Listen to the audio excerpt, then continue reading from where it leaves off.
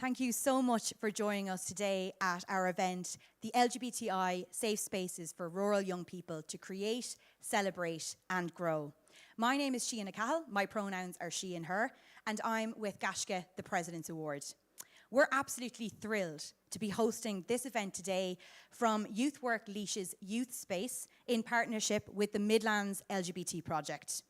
And we're here thanks to the support of the Department of Children, Equality, Disability, Integration and Youth. As we all know, it's Pride Month, or Broad Month.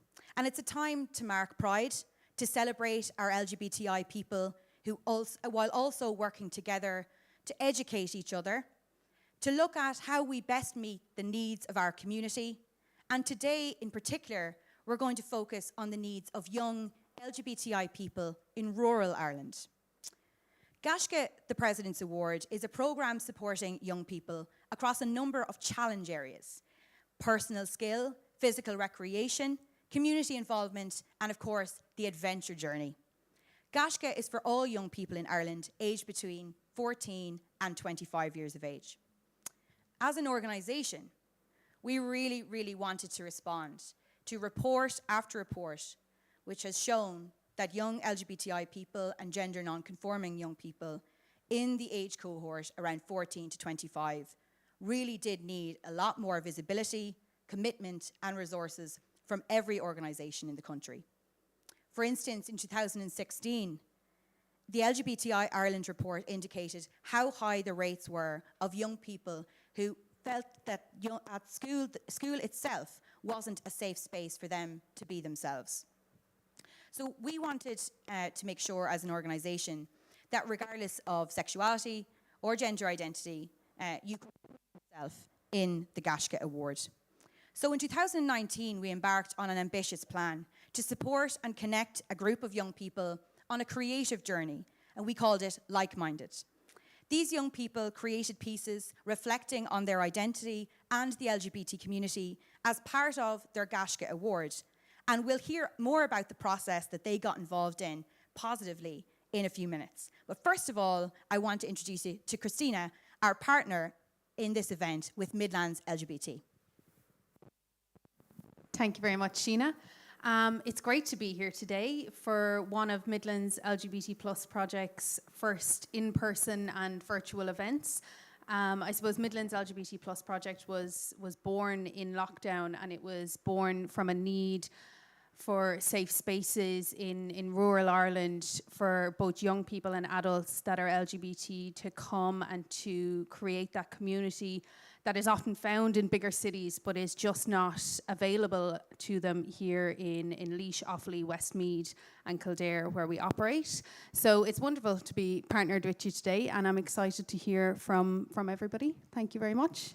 Thanks so much, Christina, and to the whole gang here at Midlands LGBT Project and Youth Work Ireland Laois. So a couple of things about what we're going to be doing today. We're going to have a little bit of insight into what was the first ever LGBT exhibition at the National Gallery of Ireland, which young people who were doing their Goshka Award participated in. Then we're going to, very importantly, hear from the young people themselves about that process and why it was important.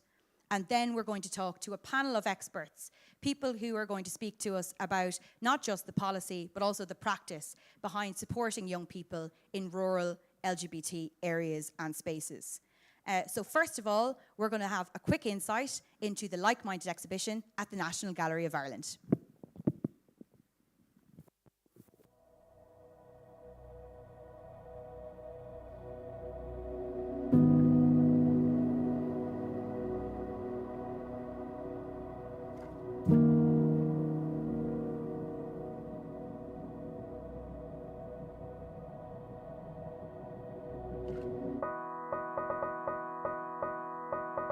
The Like-Minded programme has really given me an opportunity to not only create but also to explore who I am, and I found that I'm just a more well-rounded person now.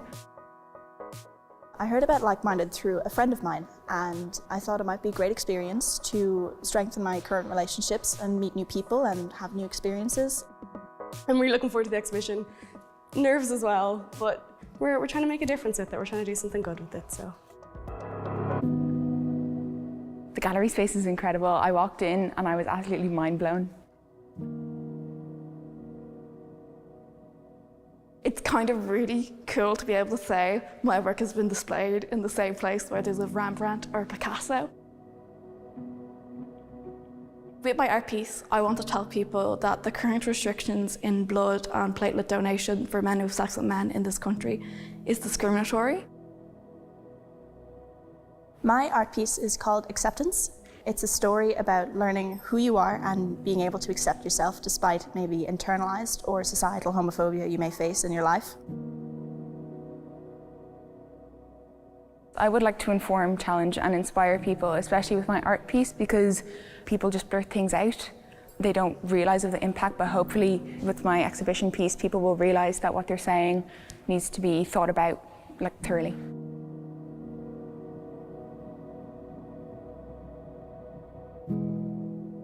Met so many people through like-minded, I've made so many new friends, I've got involved in so much as well. I've got my work in the National Gallery.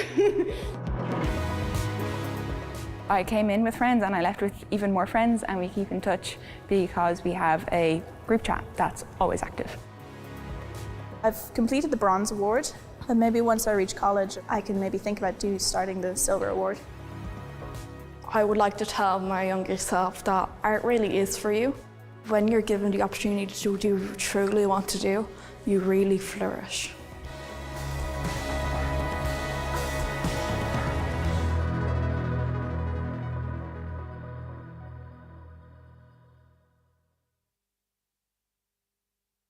Into just a glimpse really of the work that went in by those young people doing their Goshka Award, who were part of Ireland's first LGBT exhibition at the National Gallery of Ireland. So we're actually going to talk to some of those young people now about the process behind all of that. So we're going to beam right over to Phoenix Park at HQ of Goshka, the President's Award, where we've got Catherine Ann, who's a Goshka President's Award leader, speaking to James, Victoria and Beth.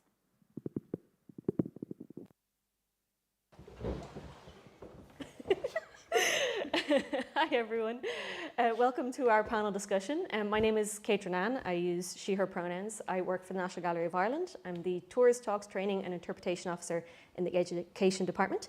And today I'm going to be talking with James. Do you want to start? My name is James and my pronouns are they, he. My name is Victoria and my pronouns are she, they. My name is Beth, my pronouns are they, them. Perfect. So our first question is, why did you all sign up to the Like-Minded Project?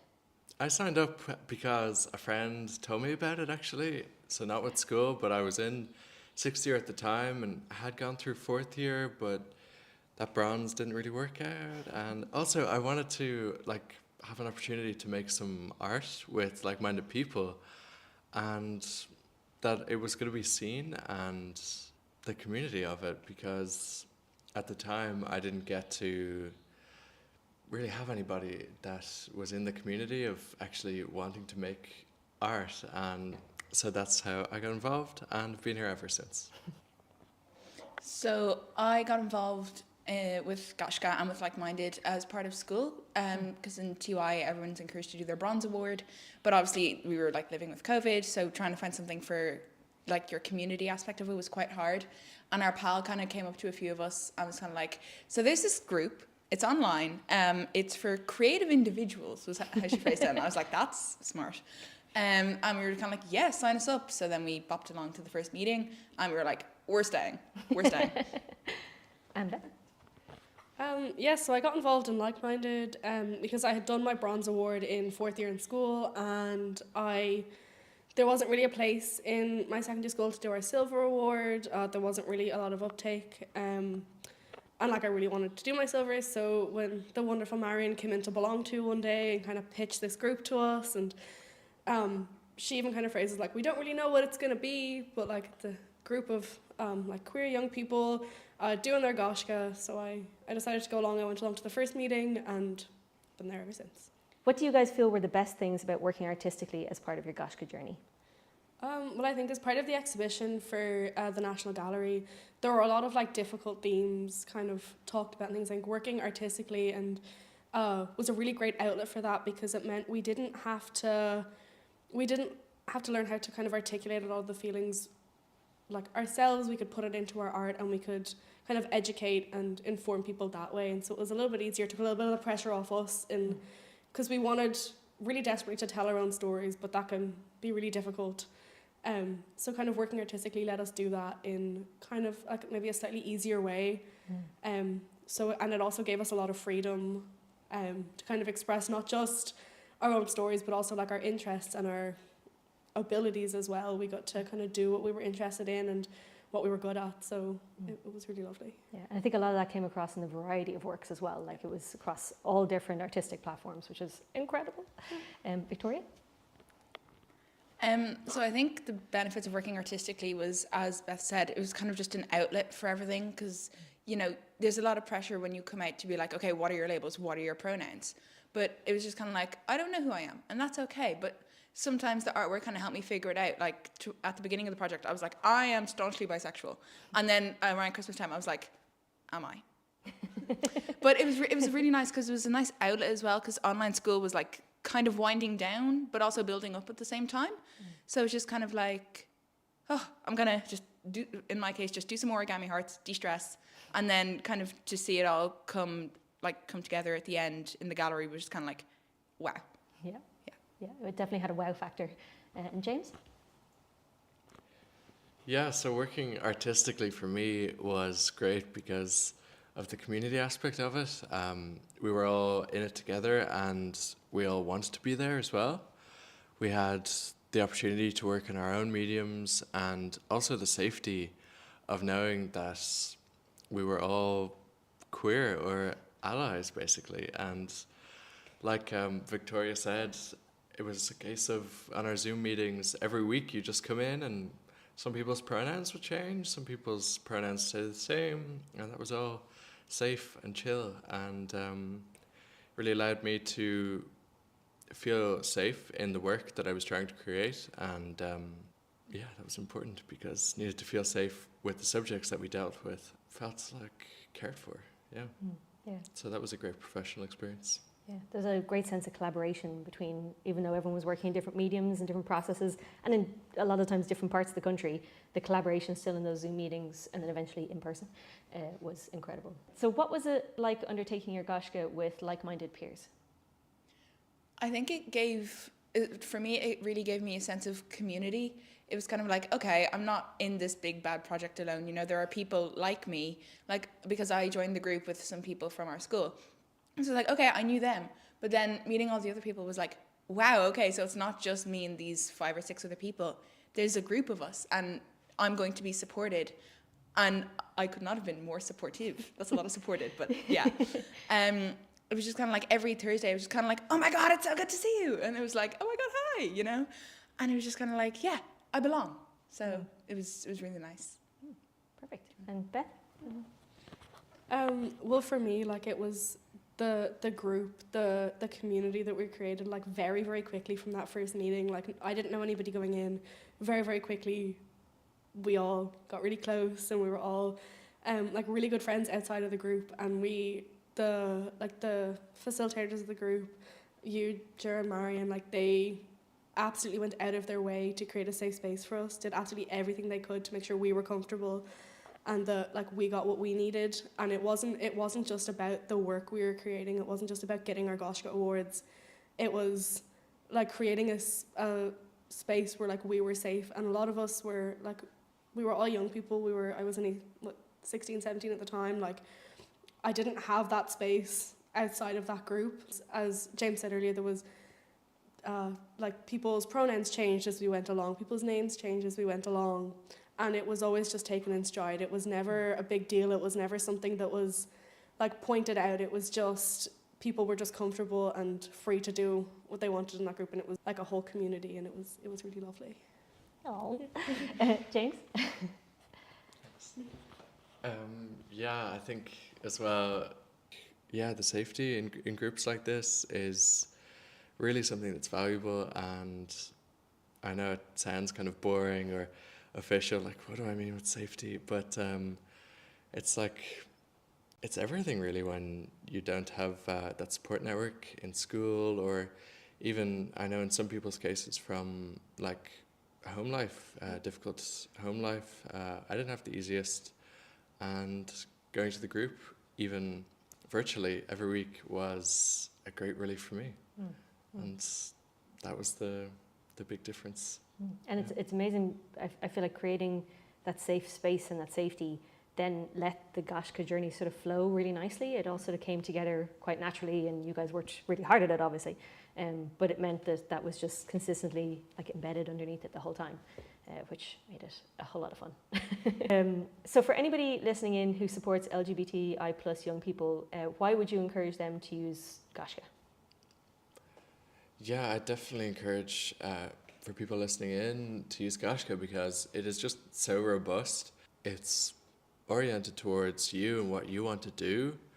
It's really not a set program, or you have to do a certain type of art. In our case, like you must do fine art is what they used to roar in school for art, and coming to do what I wanted to do with the like-minded group, which was filmmaking and videos, was just such a relief to finally have a format or medium, a group. I mean, I say you did a great job filming that in the National Gallery that day. It was like a day and a half, and you absolutely knocked it out of the park. I was like, oh, James, director, oh my God, wow. James, Incredible. director, and yeah, getting the opportunity to shine was actually life-changing. It was absolutely brilliant. So that's my experience, yeah. Victoria? Like James said, I'd say using Goshka is probably one of the best ways to go about it, just because it, as James said, it was so robust. You know, there wasn't a set program. It's not like, okay, for this you have to like do cooking, for this you have to learn French, and for this you have to like make a Lego portrait of yourself. It was kind of like, you can cook, or you can dance, or you can crochet, or you can learn French, German, Hindi, Hebrew, like anything you wanted, Goshka like supported you with, which was so lovely. And then just even within our group, it was kind of like, I was thinking of doing this artwork, and then next week be like, no, I have a completely new idea. And everyone would be like, that is so good. Oh my God, go for it. So it's really robust, but it's also really flexible. Like if you miss a meeting, it's like not a big deal. They catch you up and you're kind of like, okay, I haven't fallen like 6,000 meters behind. I'm still up to date. So it was really, really, really good.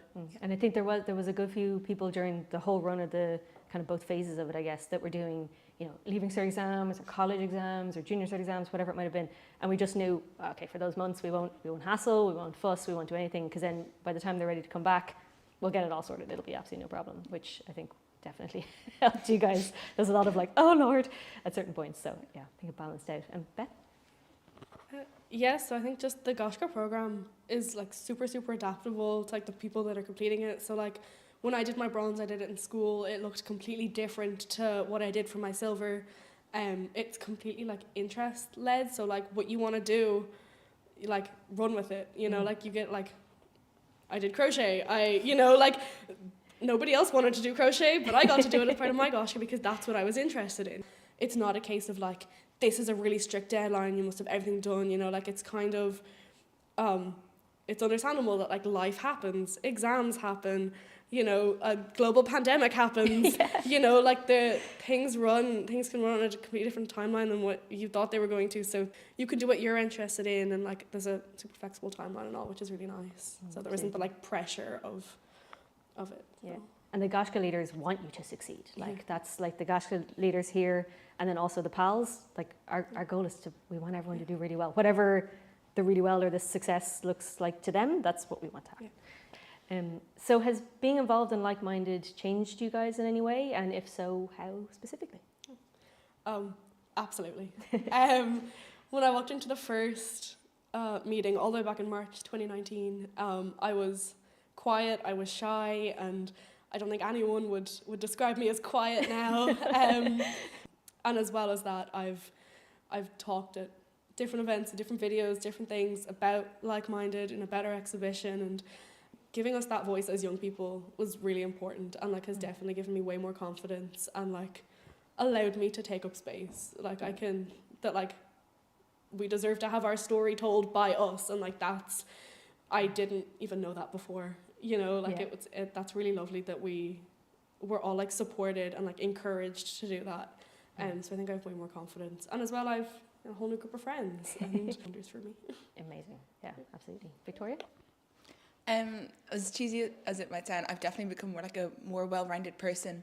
Like I thought I was familiar with like all the terminology, but then people were coming in and being like, oh, I'm this and that, and I was like, I have to go and look up what that means. So now I'm kind of like, I'm aware of not everything, but a lot of things that are out there more than I was. So I'm more understanding and compassionate to people now. I'm kind of like, I see you, I acknowledge what you're going through, I'll help you as best I can. But then also, as Beth said, the confidence that it's given me. Like hosting the opening of the exhibition, I was a nervous wreck. And then the camera came on and my hands were literally like this. I apologize if you could hear the paper like shaking over the Zoom. It was perfect. But like, I was there and I was kind of like, you know what? I did this, I earned this. And to host it on behalf of everyone who was there, I was kind of like, wow. I was kind of like, I'm a completely different person to when I started this like 7-8 months ago. Just kind of like, oh, wow. Like just looking back, I was like, wow, I was different. And I was just kind of like, yeah. Nice. And there's more to come. So. Yeah, exactly. And James? Yes, like Victoria and Beth said, confidence is the main one for me. Like I would have had nobody really, like had a difficult enough time in school communicating and keeping up social circles anyway, and was kind of starting to think, oh, maybe this is it for me. And then slowly but surely, as part of this group, I found out that actually about confidence, realizing how much people who are in the exact same position as you don't know about what they're doing. And they don't know what they're doing just as much as you don't know what you're doing. And it's great because you can be together and say, oh yeah, I don't know what I'm doing, you don't know what you're doing, let's do it anyway. And we survived. We get through it and we learn for the next time. And that lesson has really made a difference for me and is still taking me places now, through college, through everything. So thank you guys very much, Beth, Victoria and James, for answering my questions and for being involved and for showing off the amazing like-minded merch as well. That was very, very special. And I hope you all enjoy the rest of the event. Thank you very much. Cool. Yeah. We're good.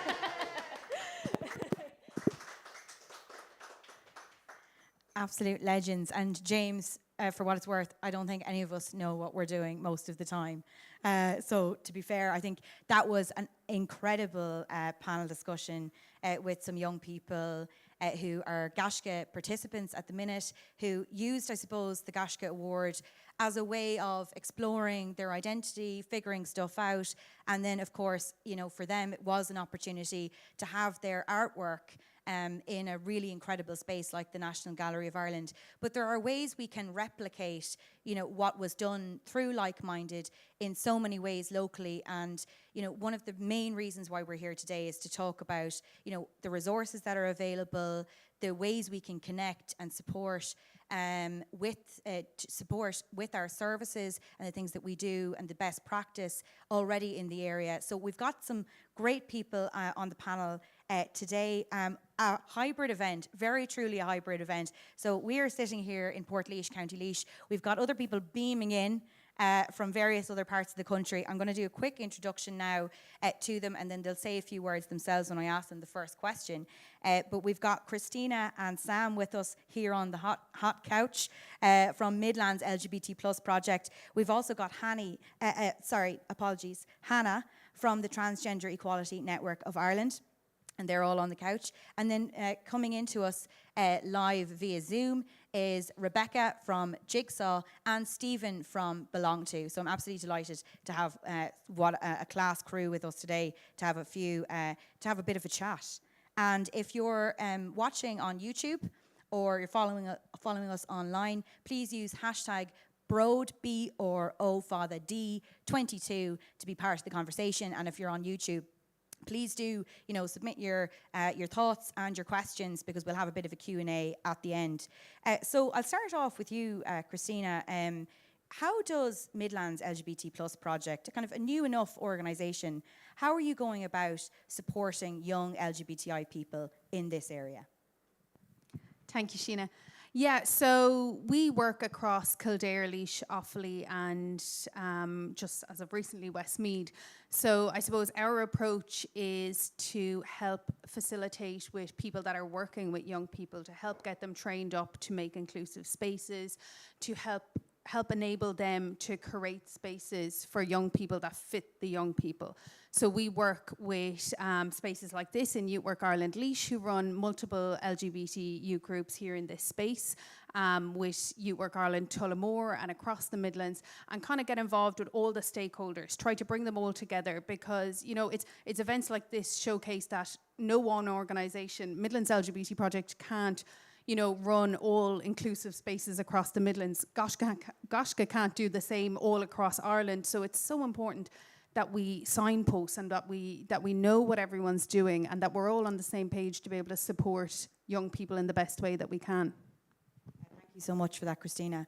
Hannah, the Transgender Equality Network of Ireland, also known as TENI, could you talk us through a little bit about some of the services and resources that you guys have in relation to young people in rural areas? Yeah, so, hi, yeah. So I suppose the main support services that we have would be our support groups. So we have a set of support groups, Transparency and Transformers, which are our main ones. So Transparency is our parent support group, and Transformers is our young person support group for gender diverse young people, aged 13 to 18. And they run monthly, and the way that they've always worked pre-COVID is that they would meet in the same place and in the same venue, in the same place and at the same time, but in separate spaces for privacy. So we want to create a community network where families can support families. That's our, real main thing. And obviously I'm the mediator of kind of collating that mailing list and getting everybody linked up together, but really, supporting throughout the year. We want, those families to support each other.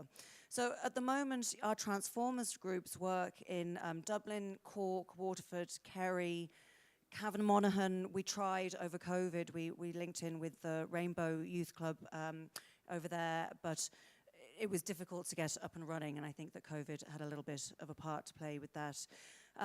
So those groups would meet monthly, and I suppose one of the benefits, if there is one, of COVID is that we were able to create an online group. So all of our groups were obviously meeting online for a while, but it means that even coming back to in-person meetings, we are able to have that online space as well. So I suppose our issue is that we're in certain parts of the country, but in terms of, again, rural Ireland, there are so many areas that we can't get to, and even within those rural locations that we have, there would still be a lot of young people who can't make it to a physical destination. So at least there is that online space that they can come and join and feel like they're part of a group and that they have a sense of belonging.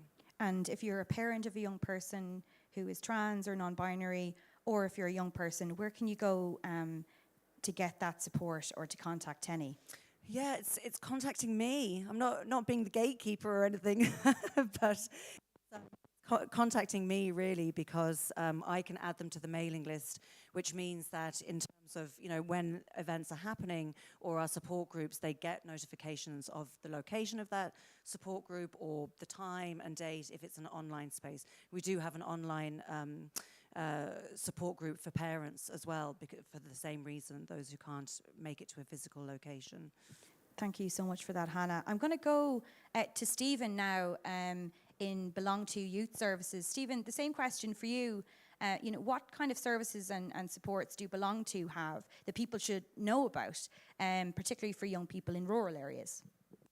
Yeah, sure. Thanks very much. Lovely to see you all through the screen.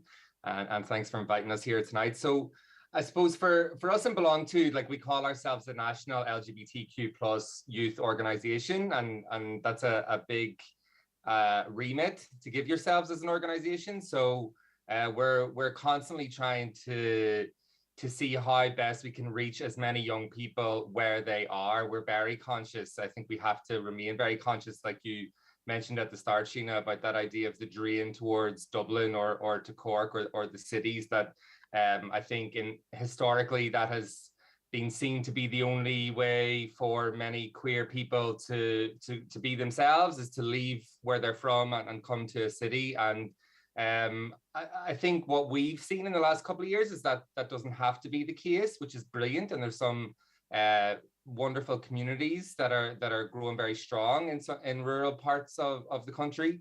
But it's something that we're always trying to do. So it's, you know, reaching young people where they're at, and trying to understand the kind of experiences that they have in spaces where they are. So for example, at home, obviously that's a very important space for a young person. That may or may not be a welcoming environment, an inclusive environment.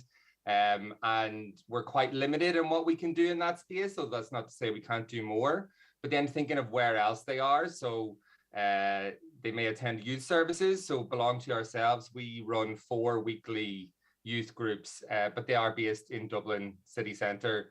So we're trying to reach out then to youth groups around the country. We have a national network of youth services that we support, and try to kind of build bonds between those youth services so that everyone's sharing best practice and experiences, policies, frameworks, that kind of thing, which is so important that young people have access to that support in their own community, but it's challenging as well. So for example, in our own network, there's 1 youth service in the whole of County Mayo. So if you don't have access to public transport or to other forms of transport to reach that physically, then you're kind of left without. So another big area of work for us and the work that I do myself and belong to is around schools, because that is something that the vast majority of young people, it's a space where the vast majority of young people within our age range are. And schools can be areas or sites of discrimination and exclusion and harassment, absolutely. They can be places that queer people have quite negative experiences in, but they can also be really important sites of community. And I think that came through from the brilliant panel that we heard from of young people about what the project they were involved with gave them a space where they could kind of find community, create community, and that's something that we believe schools can be as well. So we've just finished piloting a project called the Safe and Supportive Schools Project, which was in 19 schools across the country, and it's kind of based on a holistic whole school model. Some of you in the room may be familiar with our Stand Up Awareness Week, which is in its 13th year now, which is a week in November where schools kind of show their solidarity and commitment to LGBTQ inclusion. At our last count, we think it's somewhere around 70% of all schools are participating in Stand Up Week, which is brilliant.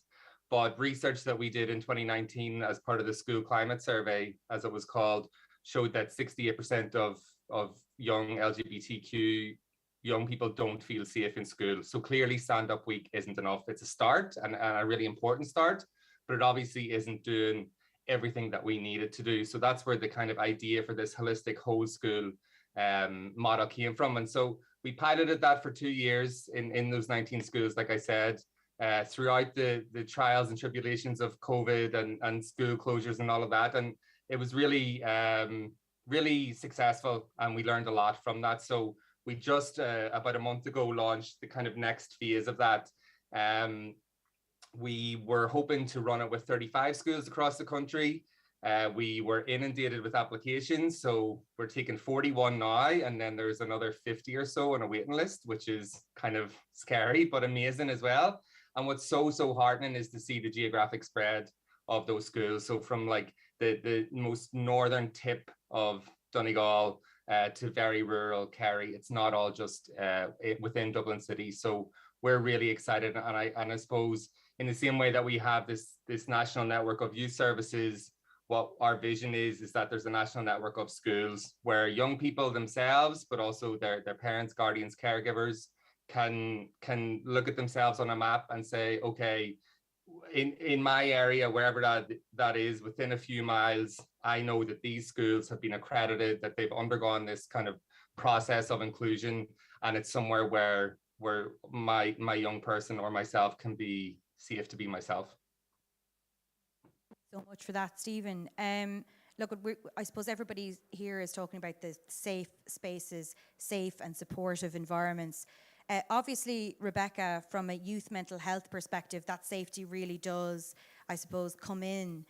You know, you work with Jigsaw. Could you tell us a little bit more about, you know, your work with Jigsaw and the kind of services that Jigsaw provides, particularly in local and rural areas?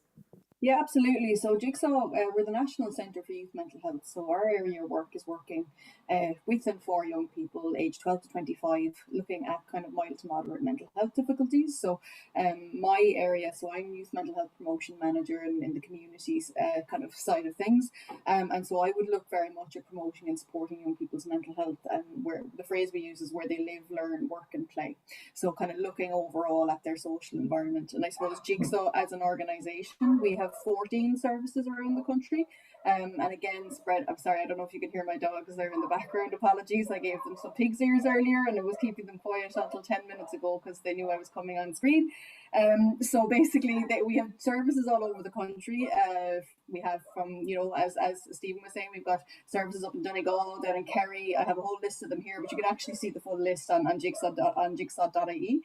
So we are outside of kind of the main centres, and the services that are based maybe in kind of based in big towns, maybe, so for example services in Cork or Donegal and that, they would also try and do outreach to kind of the more rural areas within it. So, you know, I'm from Cork, so I know the challenges of kind of, you know, when you cross the border. I try to explain this to people who don't really know, say Cork for example. I'm like, when you cross the border into Cork, you're still about 3 hours from the end of the county, you know, because if you go down to Beara, darkest, steepest Beara, then you're talking a really long journey, and a lot of the issues Stephen mentioned, lack of public transport as well. So what we would like to see is in Ireland where every young person can access, you know, a service that they need, like Jigsaw. So what we have done, as well as obviously opening up our face-to-face services, is we've developed a suite of online supports on jigsaw.ie, so that any young person, whether they fall within a Jigsaw catchment area or not, in Ireland can access. So we have a Jigsaw live chat, where they can talk to one of our clinicians.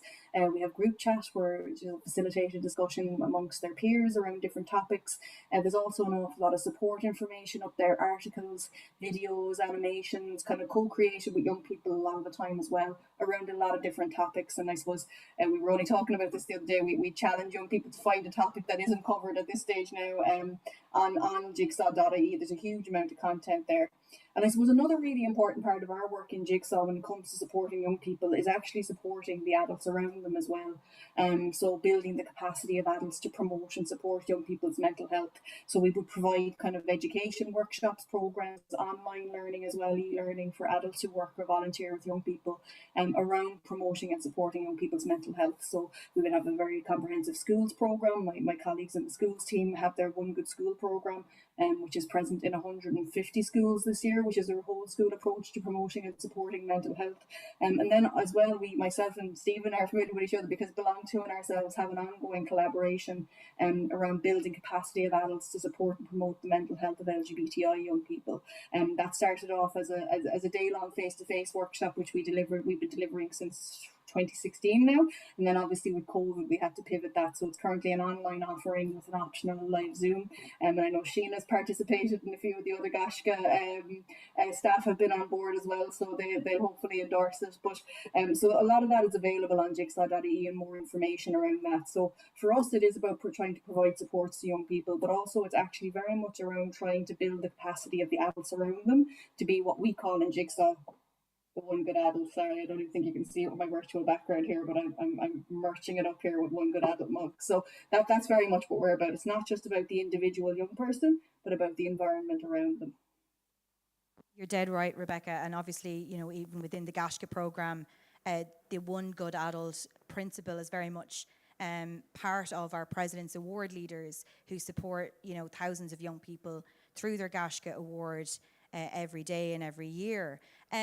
Stephen or Sam, I might go to you. You know, obviously we've talked a lot about there's lots of services, there's resources that are out there. Obviously, it's a very complex area, and for people who are listening in, there's people who are youth workers. You know, it's trying to get through all of that. But I suppose when you're thinking about it from the perspective of the young person in a rural area, you know, why is it so important that we make the extra effort to try and get to them? Why is it so important that we engage with them if they are LGBTI or indeed questioning?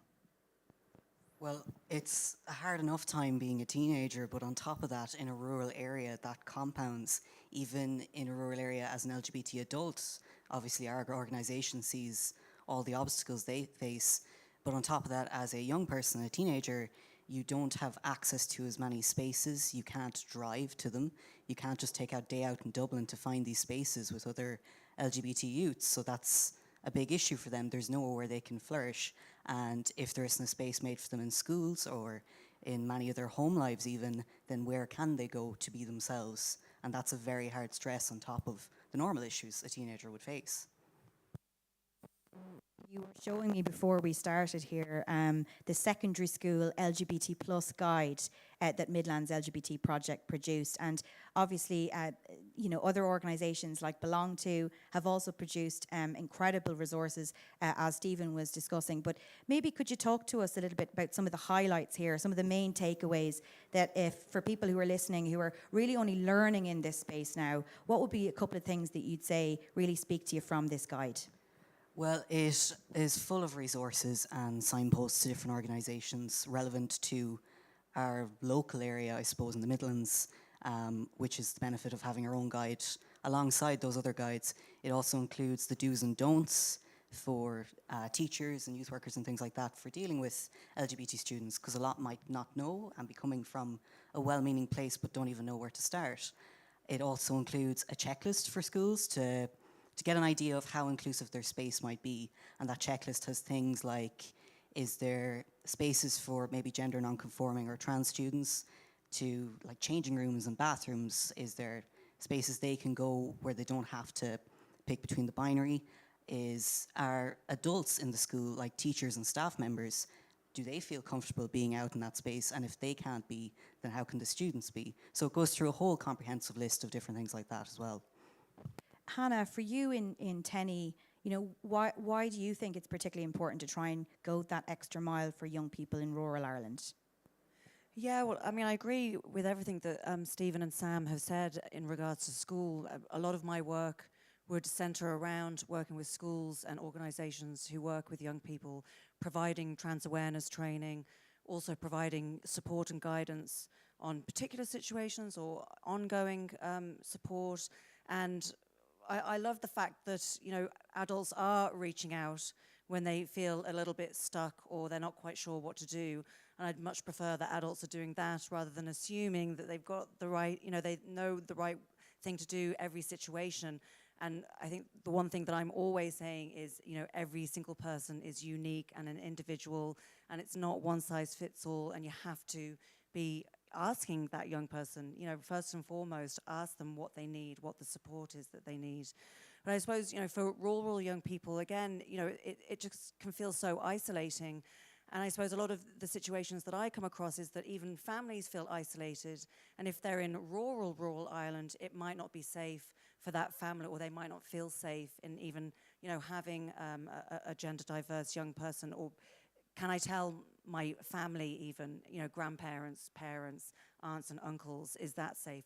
Are the neighbours going to see? So, you know, we've got our support group in Kerry has always been the one that's kind of struggled to maintain a good number of attendees. And I think there's such a worry that people are going to see you going, and that's what, you know, we're trying to kind of overcome at the moment, is to let people know that it's okay and that it's safe. And if your neighbour is in the room, well, isn't that great? Because you're going to be able to support each other. And, you know, once you kind of get over that nervousness, to know and understand that actually there are other people and that you're not alone, and that you're, you know, that you don't have to feel so isolated. I think that's always the biggest thing, yeah. Stephen, I might come to you on this. I mean, Belong To creates safe, supportive spaces all around the country for young people who are kind of figuring things out and want to find community. You know, what do you think are the kind of ingredients to that kind of successful safe space? You know, particularly for those who are listening today who want to start that space, who want to make sure that the space that they have is safe for young people, whether it's explicitly LGBT or not, what would you see as those kind of key things that you need to try and put in place, be it in the classroom or be it in the youth service? It's a big question. I might start by I was very inspired by Rebecca's excellent plug-in there of all of Jigsaw's fabulous services. So I would say a great first place to start is our own online e-learning training, which is free, and it's aimed at people working in schools and youth services on exactly that, how to create an LGBTQ plus inclusive space and environment. There's a lot that we could talk about, but really none of it's rocket science, and it's about getting the basics right, I think. So number one, policies are incredibly important. They're not very exciting or sexy, but they're absolutely fundamental. So agreeing a policy, making sure it's endorsed by management or the senior staff, whoever's operating your service, and then making sure that all your staff understand exactly what that, or your volunteers, they understand exactly what that policy entails and what it means for them. Often we see, all schools, for example, have to have an anti-bullying policy, and all anti-bullying policies have to include homophobic and transphobic bullying. So they all have it. But then when a teacher or a school staff member encounters something, do they all know how to respond? Do they all know what's expected of them? Typically, they don't.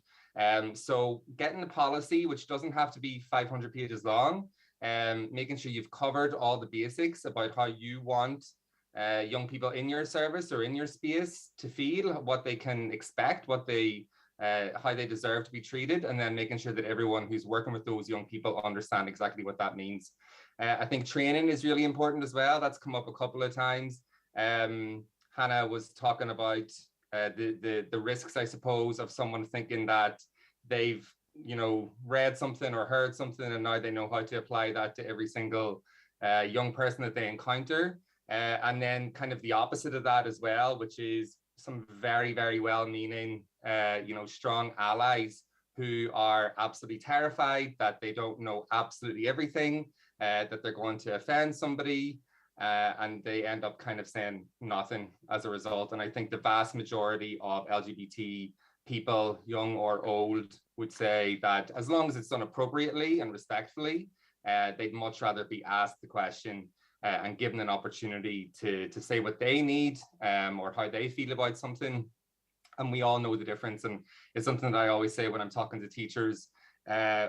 We all know the difference between a respectful, genuine question and where something is being done to harm. And I would compare it to, for example, especially in the land of Zoom trainings and workshops, seeing a name come up and it's an Irish name, for example, that I never learned in school. So, I have no idea how to pronounce that. And I hope, and what I always say, I hope no one minds if I say, I'm sorry, I don't know how to pronounce that. Could you do it? And I'll try and get it right. I might get it wrong a couple of times throughout the session, but if I do, I'll apologize and move on. And it's really the same kind of principle. And I think people know if I was doing that deliberately to try and offend them in some way. I think that distinction is very clear. And I won't go on too long because I know lots of people will have insights into this, but one thing I would say, and it came through again very clearly in that panel discussion with the young people, is where possible and when done safely, is handing over as much to young people themselves as you can, because it's, all LGBTQ plus young people are not the same. If you take, for example, 10 young people who identify as bisexual and ask what that means to them, you'll get 10 completely different answers. But when you're allowing those young people to be empowered, to take something on for themselves, I think the line one of the young people used was, we deserve to have our story told by us. And that story, whatever that is, in a school setting or a youth service setting, we should be letting them tell it. And I think, a lot of schools are setting up GSAs or LGBT clubs, which is brilliant to see. Like, it really is amazing. But in some of the schools that I visited, you can see where those clubs are, like, they've got the social element, which is so important, but now they're kind of itching to, like, okay, but we want to do more. So they, when it comes to, for example, feeling like their peers don't understand pronouns, or the peers don't understand what it means to be trans or gender non-conforming, allow the young people, support them, make sure it's safe, but allow them to do that to the extent that they're comfortable doing. And in those schools that already have those clubs set up, like I've been blown away by some of the stuff that they've done. And I guess particularly in the rural schools where I've seen it, and I've seen it being done beautifully in some very rural schools. And what I try to emphasize to them is like, you know, the stuff that you're learning here is going to be so important. And these bonds that you're building together are going to be so important, because wherever you go after school, you may go to college, you may go to other kinds of education, you may go straight into the workplace. It may not be a space that's so safe and inclusive, and actually the kind of the skills that you're acquiring here and those bonds with your peers are going to really stand to you. So I think that idea of the young people taking the lead and being empowered to do things their way is really important. And I'll stop now. No, there was some really, really valuable insights in that, Stephen. Thank you so much. Christina, you know, we're here in the youth workspace in Laois. You know, how do you make this space?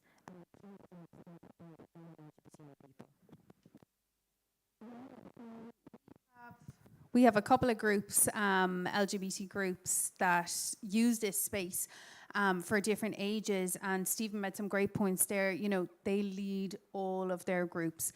Every year when there is a turnover and they go to the older groups, or, you know, new people join the younger groups, they change the name every year because they decide on the own name. You know, it's their group. It's not the LGBT group in Youth Work Ireland Laois.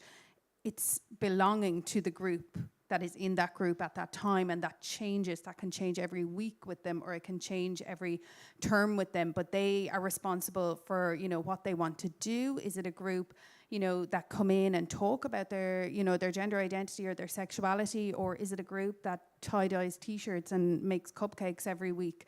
And I suppose that's the biggest ingredient of all, is that the space is created by them young people, and that it can change at the drop of a hat with their needs, and that they're all just given this safe space. I know people at home can't see it now, but our groups, again, are never just called LGBT youth groups. We have, you know, Corlin and No groups. We have loads of different youth groups come in here. So young people can come in here and they can be discreet about it. Their parents don't need to know which group they're coming into. They join Youth Work Ireland Laois groups. They don't join a specific group. So it is, you know, it's safe for young people to come in and join one group and then ask about another group and ask about what kind of services are there for LGBT plus young people exclusively. So I think that's really important, especially in an area like Laois, where maybe they're not overly comfortable with telling their parents just yet, or maybe they don't have the support systems in place at home or in school. So I suppose, yeah, having this space and having it open to everyone is really, really important. Sam, I'm going to ask you the same question. I mean, what do you think are some of those ingredients that have made this space a safe space for young LGBTI people to come into? Well, yeah, the discreetness, I'd say, is one of the most important things, especially in a rural area, because everyone knows everyone in a small community like that. So one person finds out something like that and you're outed so fast. So to not have to worry about that means they can come in and they can actually relax and be themselves without worrying about who's going to know outside of that group. The group is a safe space for them, like genuinely safe. Small things that you can do that makes it feel inclusive. Also, just to say, in relation to that, is one of the biggest things for the young people in our community is that discreet ability that youth groups have, that schools don't always have that availability. Being able to go into a place and be absolutely yourself, but other people don't necessarily know what kind of space that you're going into, I think is so valid. I think openness and consistency are two of the, you know, main things, and I think everybody has already spoken about is kind of openness to organically creating whatever comes in, openness to people, and consistency, whether that's consistency on when that meeting takes place or who is involved in that, or consistency on how we challenge certain things that might happen or may not happen. I mean, in schools, I think there's, you know, that's one of the biggest things is we deal with certain situations. And that has to come, from the top down, and it has to be the same every time, because otherwise, kids notice if that one time that certain thing wasn't dealt with in the same way. So I think consistency is a big thing to create for young people to know that it's safe. On that one about the ingredients to a safe space, what would you say to that?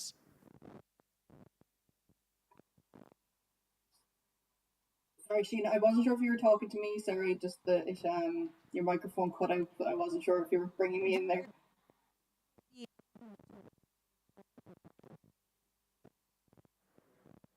Sorry, I can't hear you, sorry.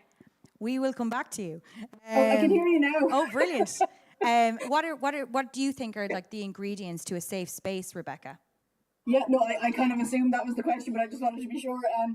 I think I don't have a huge amount to add. I think that everyone's captured so much of it, but I just want to reiterate again the youth participation side of things, and I suppose it's something in Jigsaw we would be quite passionate about as well, that youth voice and the importance of involving youth voice in the creation of those groups. And from kind of, as Christina was saying about the name of the group, but also the times they're meeting, the activities they want to do, the type of space that they want. But I think as well as that, there does need to be, and again, I'll come back to the one good adult concept, that there does need to be that adult that maybe holds that space or provides the kind of, maybe the framework for those young people to build their kind of their youth group on, if that makes sense. And I think that adult needs to be someone who is willing to be open, engaged, who will engage with training and extra kind of knowledge building. And I suppose, like Stephen said as well, like you often find that people can be really well-meaning and actually probably very knowledgeable, but they're terrified and they think there's some sort of magic science to supporting LGBTI young people. And we often get that when we're delivering our workshop, and it's like, no, it's not actually rocket science. It's about being there for a young person. It's about listening to them. It's about giving them space to be themselves. And I think it was, in the video with the young people, they said, that the phrase that stood out to me was the phrase like, I belong, and I think, obviously belong to is named for that idea, and it's such an important aspect of mental health as well, and having that sense of belonging, having that sense of finding your tribe. And I think that it's very much about giving young people a space to do that, but somewhere where there is an adult perhaps to kind of be able to be that supportive presence, to be the person who listens and who gives that kind of, that, I think consistency was the word that was being used. I think it was Hannah was saying that, and I think that's really important. But I don't think there's much. There's one other thing actually I did take a note of. I think community partnership is a really important part of any of these groups too. So whether that's linking in with whether that's the Midlands Youth or LGBT Project linking in with the local Laois Offaly Jigsaw service, or whether it's linking in with the local Belong To, or whatever it is, but linking in with the support services and the people around you is so important for these groups as well, both for kind of accessing young people that maybe might not have heard about the group before, but also about accessing support for or bringing in interesting speakers or facilitators or whatever it is. So that would be the only kind of things I'd add, really. Rebecca, thank you so much. Things that I'm getting, from this conversation is that when we talk about a safe space, it's also a safe space for that one good adult to learn and to continuously be in a space where you are learning, because things do change and language does change, and the spaces and the names and all of that does change, and it's okay to make mistakes as you go along, because no one actually has it all figured out. And it's really, really important then as we go along in supporting young people to reach out to those who have expertise, who have a lot more experience in this, and ask questions. Because that's really, really important that you do that, rather than being afraid to say anything at all because you're afraid of upsetting someone. Instead, ask the questions, go and seek supports, look at the resources and the training that's available. The fact that you've attended this event this evening is testament to the fact that you are committed to learning about this, and the space that we're in here, which I think is incredible in and of itself.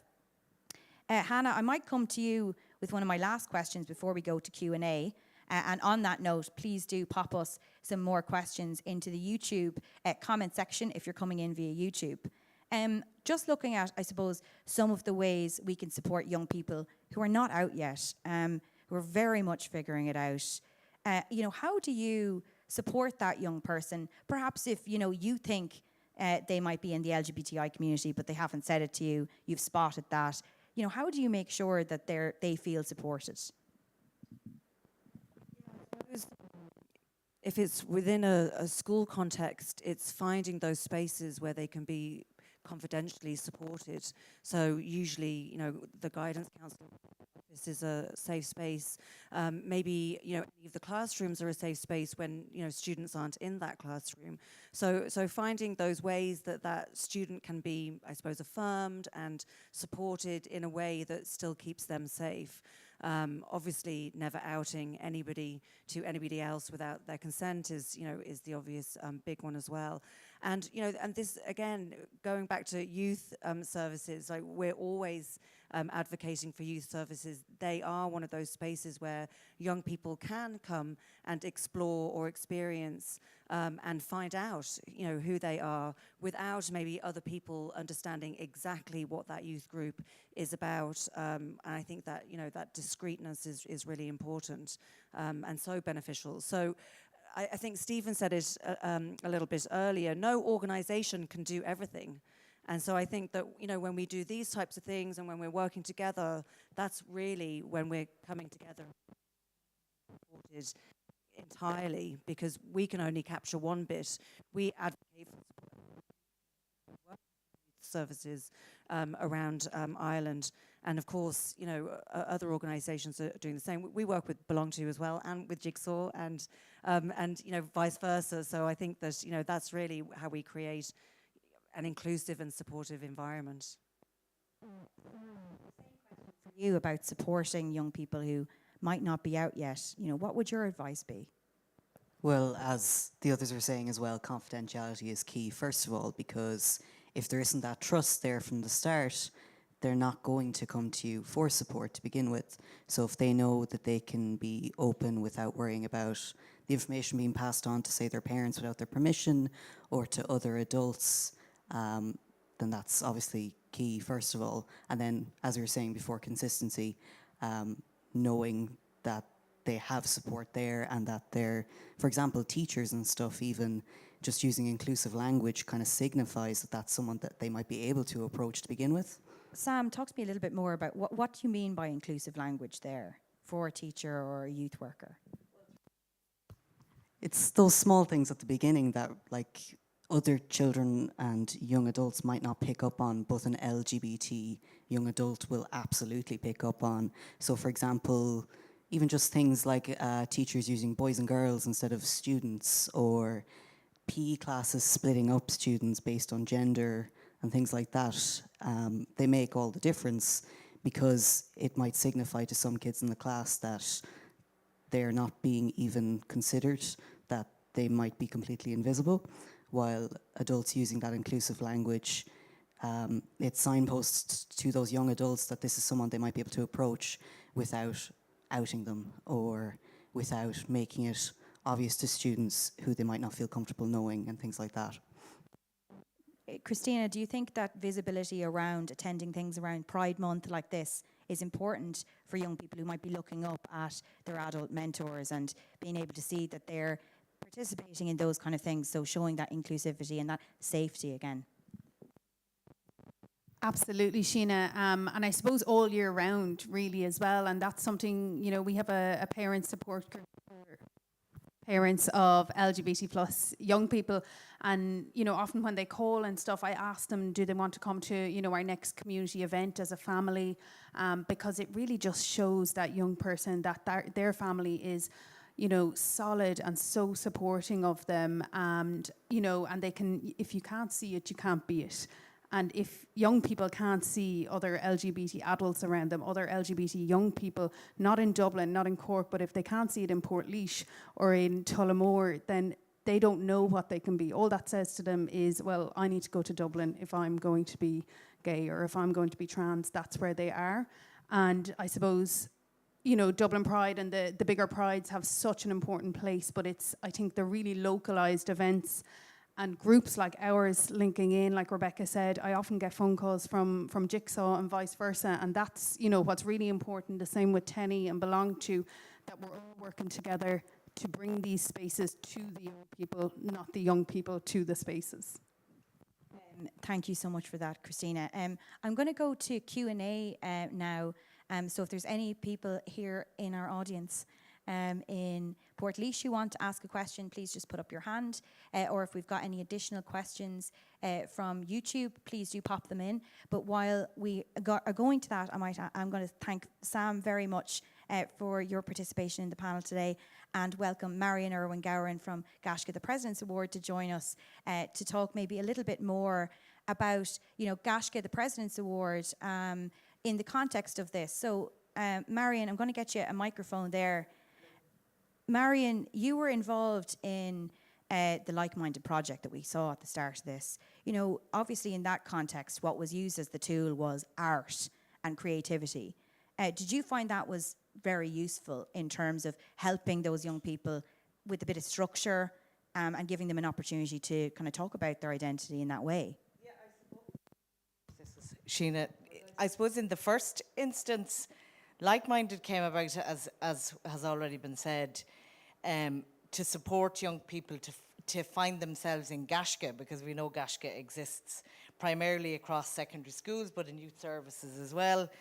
And young people said to us that we don't see ourselves in Goshka. So we were very keen in the first instance to kind of find a structure, find something that would start that process of inclusivity and identity. And we really didn't have a clue when we started, put it out there, totally honest. And what happened was, a bit like what has already been said here, we brought that group of young people together and we said, right, what do you want to do? And they identified, with the support of Shireen Short, who was an amazing facilitator, that they all had an interest in art, albeit different types of art, different modes, as James already alluded to. And really they set the tone. And I suppose with my Goshka hat on, that suited us perfectly, because Goshka affords that flexibility to be flexible, to kind of identify your own desires, your own things that you're interested in. And the programme facilitates that. It does push people to stretch themselves outside of their comfort zones as well. And that was all part of the challenge of the like-minded project. But that creativity piece just really facilitated exploration. They had a lot of fun, which is a really key part of it too. And the space that they created. And for us, it was a really interesting process, because in the beginning, the first year of Like-Minded was in a space very similar to this space. And the second year, COVID happened. And we had to totally change what it meant, what space meant. And we really didn't believe Zoom was going to work. I mean, I remember being at those initial meetings on Zoom and thinking, oh, mother of God, this is going to fall flat. How are we going to generate some enthusiasm? But we let them at it. And there was breakout rooms, and the next thing you knew, there was a plan, and Kim mentioned the National Gallery. And before we knew it, that I will say through COVID I had not experienced, but it was again putting, having a youth-centred focus with a bit of structure. And I suppose that's what Goshka affords, is a bit of structure, a kind of a map, if you like, but they dictate the pace and what they do for that. Thanks so much for that, Marion. Stephen, for anybody listening who doesn't know, like you obviously you did a great explainer of like belong to and the services, but like if a young person walks in the door, what do they do each week? Is it structured, or is it a space where they kind of get to decide what they do?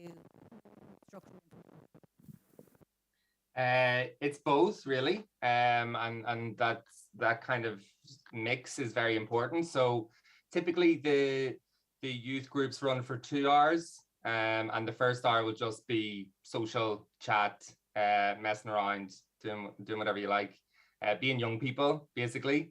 And then the second hour will always be more structured. And the way it works is actually we use peer educators. So they're young people themselves, most of whom, if not all, have actually been through the service at a younger age. And they get, if they volunteer, if they sign up for it, to become peer educators, they get extra training and support then to go and facilitate discussions and workshops themselves. And the group kind of timetable is decided in 3-month blocks as a group. So the young people themselves, and there's kind of structures around, you know, we want to have, these are our kind of topics of concern. These are things that maybe we're a little bit concerned about. These are topics of fun that we want to do. These are topics of interest, and always try to get a blend of those things. And then they come up with it with kind of facilitation by the youth worker, but very much it's what the young people want to do. And then the peer educators will go away and assign different sessions or workshops amongst themselves and do a bit of prep, and then come in and run the workshops. So it's really powerful to see that sense of young people kind of facilitating other young people. And I think particularly in the LGBT community, that has been something that LGBT people have had to do. And I think that's something particularly in contexts where it has been underground, it has been illegal, it has been kind of a social taboo, that kind of thing, whether it's around health promotion, whether it's about whatever it is, queer people have had to educate themselves. And so it's very powerful to see young people doing that. Now for COVID, when everything went online, a lot of that had to change, obviously. And certainly there was a move away from kind of any topics that were too heavy in the youth groups, just because there wasn't then that kind of access to provide support if someone found something very challenging. But thankfully, everything is back in person again, and that's how the youth groups are operating. But you know, for me, as someone who's worked or volunteered, even before I joined Belong To, I volunteered with them, and it was amazing to see, particularly in the group called Individuality, which is for trans, non-binary, and gender non-conforming young people, is that the first hour, it's, you know, they're teenagers, and some of them are quite young teenagers, and all the brilliant and and not so brilliant things that entails. And then when it moves into workshop mode, suddenly, you know, the like so bright and articulate and inspiring and insightful, and it's really brilliant that the young people have the chance to be themselves, basically, that they don't have to always be you know, talking about the struggles and the challenges, that actually it's a space where they can just literally be themselves. Thanks a million for that, Stephen. Hannah, like, you know, at the spaces that Tenny provides, you know, there is structure, but there's also space to, you know, just be creative and as well. Could you tell us a little bit more about that? I suppose our spaces are a little bit different in that they are intentionally therapeutic for the young people, which is why it's only once a month, for instance, and our facilitators are all trained psychotherapists. So you know, that is the difference. I talk to parents. When I talk to parents about, you know, when parents ask me, you know, what should I get my young people involved in? And I always say everything that you can, because I think the youth space is very important, like Stephen said, where you can just be yourself and create and talk to other people. But I think there is, you know, certainly in our community, a need to also, you know, talk about some of the challenges that they might be facing, whether that's in school or family, or to do with long waiting lists, trying to, you know, get services. I think that space is also important. So yeah, you know, making sure that the facilitator works for the young people is obviously really important. Otherwise, they're not going to have the safety to share. And online has definitely been different, similar to what Stephen was saying. It tends to be much lighter for a longer period of time, and then we've got 15 minutes left, and then suddenly, and you're trying to, you know, give them space for that in the next, you know, 15, 20 minutes. So now that we're moving back to in person, which for us, you know, for the young people's group, it ended up being a lot longer online. A lot of the facilitators weren't able to do it in person for a variety of reasons for the last year. But coming back in September, all of our groups will be back in person. I think that will be the different space. And I think that, you know, the way that they worked previous to COVID is, yes, there would be other things. There might be, you know, a session where they do art and kind of look at different things through that. You know, it might be chosen the month before what they look at the next month, but online has been a bit different to that. Thank you so much for that, Hannah. Rebecca, just finally to you, we've actually had a couple of comments in on YouTube from people who work in public services or in services, and they're wondering, you know, obviously theirs is not an exclusively youth space, you know, and they want, you know, not just at, can they work to make spaces where young LGBTI people, towns and villages across Ireland, can access those public services as well? I'm really sorry, Sheena, but you cut out in the middle of that question, and I've only got the small gist of it, so I'm really afraid I'll miss the point totally if I try and answer. Would you mind repeating it?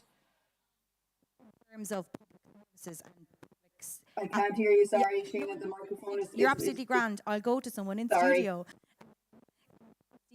For in relation to that question, you know, when it's a public service and not a youth space, which is, we are adorned in LGBT flags here, and it's clearly a youth space, there's bean bags, it's immediately a cool atmosphere. The same way in schools. What do you do in a public service space like a library to make it more inclusive? Yeah, so we're actually delighted very closely with both Laois libraries and Offaly libraries, and they have always been just so supportive of the work we do.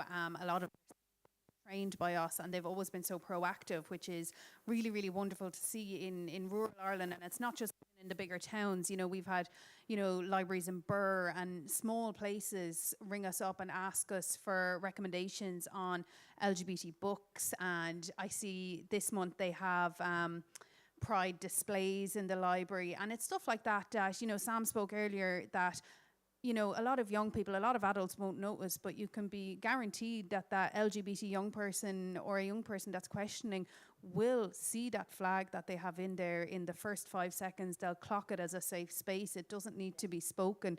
You know, they'll see the books. They'll you know, when I was that age, I didn't know LGBT books existed. I didn't know there was, you know, there wasn't TV and books with people like me in them. And the same with, you know, with schools and with different kind of spaces, they bring them books out to schools now. We had an event a community event in Offaly recently where the library volunteered to come and do a big book display for parents to understand, for young people, for LGBT adults, and they're really hitting all the marks. And actually, you know, we're doing a couple of events with Offaly libraries next week that they came to us about. It wasn't the other way around. On how to be a good ally and how to be how to have an inclusive workspace. So they're doing a lot of the work here in rural Ireland, which is incredible. Yeah, very much.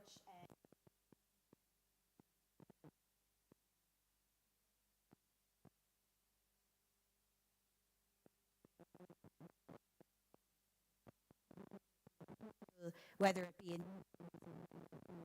in public services, that you don't have to be an expert, make an effort and reach out to local organisations, support them where you can, potentially if you've more resources than they do, but get them in, listen to them, talk to them. And I think one of the things that has come through all of this is talk to the young people about what they want and what they want to see as part of your service or your organisation. We're about to come to of this event, but I want to really quickly go to Hazel, who has been doing some incredible graphic design and animation behind us as we've been speaking today. Hazel, do you want to talk us through some of the highlights of the conversation? Sure, thank you, Sheena. Okay, I'm just going to take this off now. Okay, I'm going to go through what I've been drawing. I've been here doodling in the background. So first of all, we looked at the like-minded exhibition, and that's going to set the scene. A brilliant project in the National Gallery, and just some of the impacts on the young people, creating a sense of community. They made so many friends. It impacted their confidence, and just to have their work displayed in the same place as a Rembrandt or a Picasso was amazing. They worked together in collaboration in different media, and they had a feeling of belonging. And Goshka supported this by being flexible and robust, with no set program, but you can do what you want. So that was an example of creating a space. And then we looked at inputs from 4 different organizations who work in this space and creating safe spaces for LGBT young people to be themselves and to express themselves.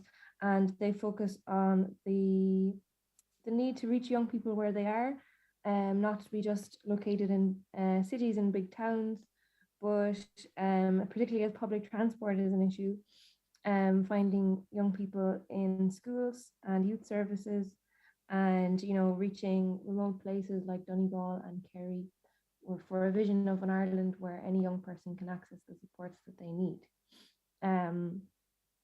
When supporting young people, we can look at the idea of one good adult, having support groups in person or online, recognizing that it can be very isolating for young people. It's hard enough to be a teenager, and we need to signpost young people to the services that are there and provide guides, policies and training for schools and youth services and other services. And then when we have spaces for young people, it's important that they're discreet, that the young people are involved in deciding the name of the group, the time that they meet, and then these are some of the ingredients for a safe space. Openness and consistency is important. It's not magic, it's not rocket science. You just need, again, one good adult helps here, asking what would you like to do, always learning and listening and hearing the voices of the young people. So then some ways you can support a young person who isn't out yet, using inclusive language in school, for example, and meeting local LGBT adults. Again, seeing that you don't have to go to a city to meet people from the LGBT community. So then with the Q&A session, we just looked at some other important aspects of creating a safe space, such as with the like-minded exhibition, the creativity facilitated exploration, and just the success, even when I thought that COVID and Zoom wouldn't work, it just created a different space and worked in a different way. And the flexibility of the Goshka,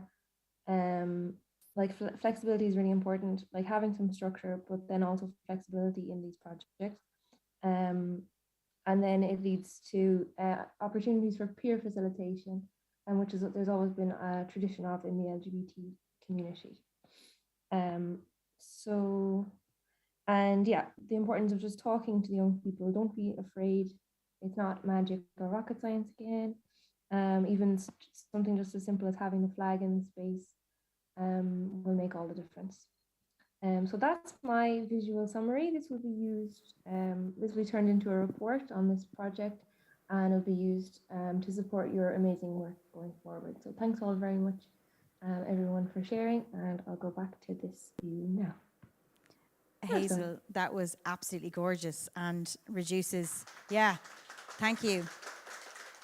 Completely reduces the need for me to do any concluding remarks. But I think what you've nailed there, of course, and we were saying it throughout, is speaking to the young people, making simple steps and continuously learning as the adults in their lives, and going out of your way and making that effort. Really, with Christina talking about seeing herself in the books, in the library, or in the spaces, all of those things, and Sam mentioned it earlier. As a young LGBTI person, you will clock that language. You will see those small LGBT flags or pride pins that are up in your office or on the door that opens to your building. So often it's the smallest things, but also then seeking out the training and resources that are available from these incredible organisations that have been with us and given us their time this evening. And with that, I want to thank just a couple of people before we close. First of all, obviously, to our unreal panel. with us this evening. We had Sam and Christina from the Midlands LGBT Plus Project, who couldn't have been more awesome partners in this when we wanted to talk to and about and with rural LGBT practitioners and people and youth workers. So thank you so much to Midlands LGBT Project, and please do support them online where you can, and throw a bit of money their way. That would be great. I want to genuinely thank Hannah from Tenny for your contribution. And online, I want to thank Rebecca Murphy from Jigsaw, the National Mental Health Service and Centre for Young People. And I want to thank Stephen from Belong To. With various different sound difficulties there, we got so much information from you both, and I really want to thank you for that.